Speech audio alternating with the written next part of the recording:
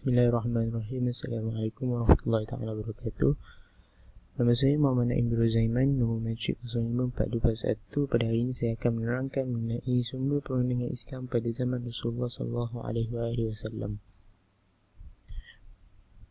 Sebagai mukadimah, pensyariatan ketika hayat Rasulullah SAW, sesungguhnya syariat itu adalah dikhususkan yang datang daripada Allah Subhanahu wa taala, sebagaimana firman Allah Subhanahu wa taala, A'udzubillahi minasyaitonirrajim, am lahum syuraka'u syara'u lahum min ad-dini ma lam ya'zam bihillah. Yang bermaksud apakah mereka punya sembahan-sembahan selain Allah yang mensyariatkan untuk mereka agama yang tidak diizinkan oleh Allah. Oleh itu syariat tidak diturunkan melainkan ketika hayat Rasulullah SAW. Setelah wafatnya Rasulullah SAW, maka terputuslah syariat. Yang keduanya, perundangan sama ada dalam bentuk wahyu daripada Allah secara makna dan lafaz, seperti Al-Quran yang diturunkan oleh Allah Subhanahu wa taala kepada Rasulullah sallallahu alaihi wasallam. Selain itu, perundangan juga ada dalam bentuk wahyu daripada Allah secara makna tanpa lafaz, seperti hadis Rasulullah sallallahu alaihi wasallam, kerana lafaz hadis dari kalamnya, akan tetapi makna dari Allah Subhanahu wa taala, yakni lafaz tu daripada Rasulullah sendiri, kalamnya, tetapi makna itu datang daripada Allah Subhanahu wa taala. Maka Allah Subhanahu wa taala adalah pensyariat dan Rasulullah sallallahu alaihi wasallam bagi syariatnya. Maka tiada syariat melainkan apa yang disyariatkan daripada Allah Subhanahu wa taala atau dari Rasulnya. Sumber persyariatan pada zaman itu, pada zaman Rasulullah. Yang pertamanya, sumbernya adalah Al-Quran. Berkata Al-Gharib dalam kitab Mufradat, yakni Al-Quran pada asalnya adalah perkataan masdar daripada yaqra'u Qur'anan. Seperti makna lainnya adalah penerangan, rajahan dalam bahasa Arabnya. Seperti firman Allah Subhanahu wa taala, Inna alaina jam'ahu wa Qur'anahu fa idza qara'nahu fattabi' Qur'anah. Yang bermaksud sesungguhnya atas tanggungan kamilah yang mengumpulkannya di dada, yakni di dadamu, dan membuatmu pandai membacanya. Apabila kami telah selesai membacakannya, maka ikutilah bacaannya itu. Berkata Ibnu Abbas radhiyallahu anhu, apabila kami menghimpunkannya dan mengekalkannya di dalam dada kami, maka kami akan beramal dengannya. Berkata sebahagian ulama, dinamakan ia dengan Al-Quran kerana keadaannya yang lengkap isinya. Bahkan lengkapnya Al-Quran itu merangkumi kesemua aspek-aspek ilmu-ilmu Islam. Pergi pada maksud Al-Quran itu daripada segi bahasa, yakni menghimpun, al-jam'u. Daripada segi istilahnya adalah kalamullah yang diturunkan kepada Nabi Muhammad sallallahu alaihi wasallam dengan lafaz Arab, dan penulisan pada mushafnya itu dimulai dengan surah Al-Fatihah dan diakhiri dengan surah An-Nas. Dinaqalkan kepada kami secara naqal dan mutawatir. Kepentingan Al-Quran. Sepakat seluruh umat Islam bahawa hujjah Al-Quran itu wajib beramal dengan apa yang warid darinya. Tidak boleh mengubah apa yang wujud di dalam Al-Quran.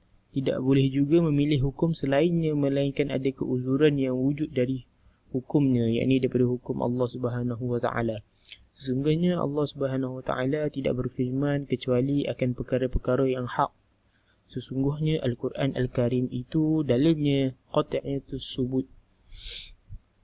Yang seterusnya, sesungguhnya Al-Quran itu diturunkan sebagai undang-undang kepada umat Islam sejagat. Itu antara kepentingan Al-Quran. Seterusnya, gaya bahasa ataupun uslub Al-Quran pada tuntutan dan pilihan, pada talabi fi talabi wa takhyir. Gaya bahasa itu gaya bahasa untuk tuntutan perbuatan. Yang pertama adalah tuntutan yang jazim, yakni dengan wajib. Yang kedua, tuntutan yang tidak jazim, yakni sunat. Perbezaan keduanya, yakni jazim dan ghairu jazim, ialah dalil-dalil yang menuntut agar ia dilakukan atau ketiadaan dalil untuk dilakukannya. Gaya bahasa yang seterusnya adalah tuntutan menegah, bitalabil kaf. Tuntutan menegah seperti haram dan makruh. Yang ketiganya, tuntutan yang mubah. Fi talabil ibah. Sesuatu perbuatan yang diberi pilihan bagi mukallaf untuk melakukan atau meninggalkannya. Contoh uslub bahasa bagi tuntutan perbuatan yang pertama adalah perintah yang jelas dengan lafaz perintah seperti firman Allah Subhanahu wa taala, innallaha ya'muru bil adli wa ihsan wa ita'i dzil qurba, yang berbau maksud sesungguhnya Allah menyuruh kamu berlaku adil dan berbuat kebajikan, memberi kepada kaum kerabat. Lafaz amar ya'muru tu. Contoh yang keduanya adalah khabar bagi perbuatan yang ditulis kepada umat Islam seperti firman Allah Subhanahu wa taala, kutiba alaikumus siyamu kama kutiba alal ladzina min qablikum. Yakni diwajibkan atas kamu berpuasa sebagaimana diwajibkan atas orang-orang sebelum kamu. Dimaksudkan dengan khabar perbuatan maktub bagi umat Islam diwajibkan untuk berpuasa. Kutiba, lafaz kutiba. Yang ketiganya, khabar bagi perbuatan ke atas umat Islam manusia secara umum. Walillahi 'alan nasi hajjul baiti man istata'a ilaihi sabila. Bermaksud mengerjakan haji adalah kewajipan manusia kehadap Allah.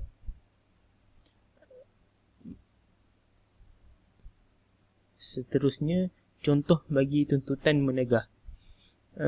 Yang pertama, larangan yang jelas dengan lafaz larangan seperti firman Allah Subhanahu wa taala, wa yanha 'anil fahsya'i wal munkari wal baghi. Ini menegah perkara yang buruk dan mungkar dan keji. Yang keduanya, kenyataan dengan lafaz haram seperti firman Allah Subhanahu wa taala, hurrimat 'alaikum ummahatukum wa banatukum wa akhwatukum wa ammatukum. Diharamkan bagi kalian mengahwini ibu-ibu kalian dan anak-anak perempuan kalian dan saudara perempuan kalian dan saudara ayah perempuan kalian. Yang ketiga, penafian yang halal seperti firman Allah Subhanahu wa taala, la yahillu lakum an tarithu nisaa karha. Ini tidak halal bagi kalian untuk mewarisi harta wanita dengan cara paksa. Itu bagi tuntutan menegah. Seterusnya, gaya bahasa yang mubah. Lafaz halal yang disandarkan kepada perbuatan seperti firman Allah Subhanahu wa taala, uhilla lakum lailatus siyam rafasu ila nisaikum. Ini dihalalkan bagi kalian pada malam puasa itu untuk menggauli isteri-isteri kalian. Yang kedua, penafian bagi lafaz al-ismu seperti firman Allah taala, فَمَنْ تَعَجَّلَ فِي يَوْمَيْنِ فَلَا إِثْمَ عَلَيْهِ وَمَنْ تَأَخَّرَ فَلَا إِثْمَ عَلَيْهِ لِمَنِ اتَّقَى.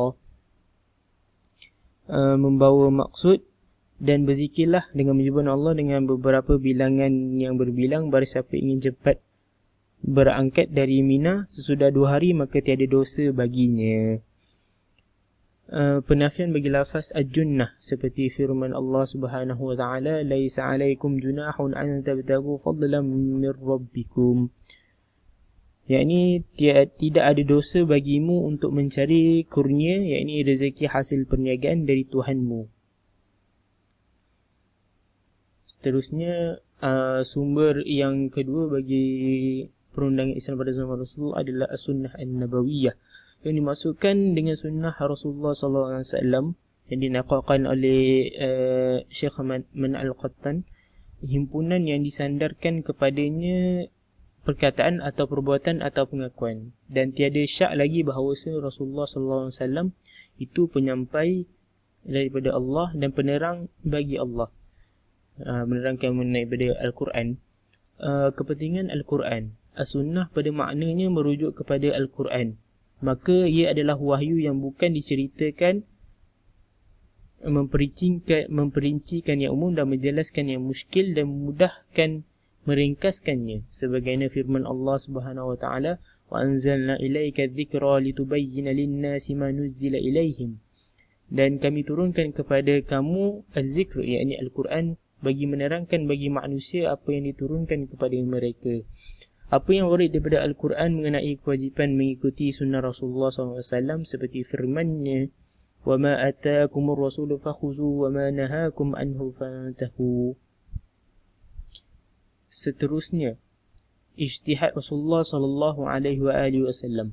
Ijtihad Rasulullah sallallahu alaihi wasallam tidak sunyi dari perkataan, atau perbuatan pada beberapa keadaan.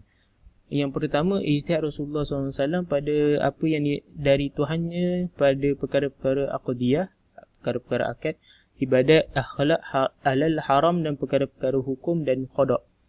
Maka persyariatan ini melazimi untuk beramal dengannya apa yang diijtihadkan dari Rasulullah sallallahu alaihi wasallam.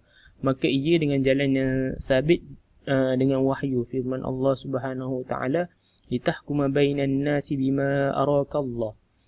Yang keduanya, apa yang berbeza dari segi keadaan-keadaan dan tugas, dari apa yang menuntut kepada keteguhan, azam, pengaturan, penyusunan seperti ijtihad dengan keadaannya sebagai ketua bagi negara di Mekah.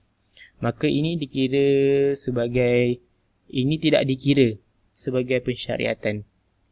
Yang ketiga, perkara-perkara yang diperoleh dari pengetahuannya dengan pengalaman, percubaan dan pengajaran seperti Rasulullah SAW disifatkan sebagai ubat bagi penyakit atau memberi pandangan mengenai tanaman di kebun. Maka pandangan dari Rasulullah SAW pada perkara ini bukanlah dikira sebagai syariat. Yang keempat, apa yang dikhususkan kepada Nabi Muhammad SAW tanpa diberi kepada orang lain dari umat Islam, maka ia tidak dikira sebagai syariat bagi keseluruhan umat atau sebahagiannya. Sebagai contoh, waswasal, mendirikan solat malam dan isteri ramai, yakni lebih daripada 4 orang, maka ia tidak dikira sebagai syariat bagi umat Islam. Yang seterusnya, keizinan Rasulullah SAW bagi sahabat untuk berijtihad. Rasulullah SAW mengizinkan para sahabat berijtihad sama ada dari segi perintah ataupun dari segi pengakuan. Kadang-kadang Rasulullah SAW hadir pada perbincangan mereka, kadang-kadang Rasulullah tidak hadir. Ijtihad mereka para sahabat pada hayat Rasulullah SAW berbilang gambaran dan berbeza keadaannya, dan natijah kesemuanya dibolehkan berijtihad dari para sahabat pada zaman persyariatan.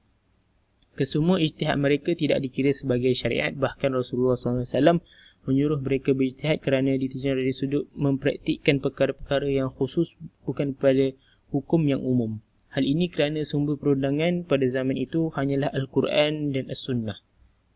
Hikmahnya, pembelajaran bagi para sahabat dan latihan bagi para sahabat untuk mengistibatkan hukum syariah dari dalil-dalil yang umum. Yang keduanya, memperkuatkan diri mereka dari sebelumnya dengan persepsi yang kuat bagi mereka dari perkara-perkara yang wujud atas keumuman dari kitab dan sunnah. Sebahagian sahabat tidak melazimi Rasulullah SAW setiap saat dari apa yang mereka perlukan dari hukum syariat yang wujud dari masalah-masalah seharian dalam hidup mereka. Baiklah, seterusnya rujukan yang saya pakai adalah Mabahis fil Ulumil Hadis, Tahrir Tashri' Islami Syekh Muhammad Qatan, Tahrir Tashri' Al-Islami Syekh Muhammad Khidir, Khulasah Tashri' Syekh Abdullah Al-Muhsin At-Tariqi. Apa yang dapat disimpulkan di sini bahawa sumber perundangan pada zaman Rasulullah SAW hanyalah Al-Quran dan As-Sunnah, yakni daripada kalam Rasulullah itu sendiri. Dan itu sahaja yang dapat saya terangkan. Terima kasih. Jazakumullah khairal jazak. Tamma bihamdillah rabbil alamin.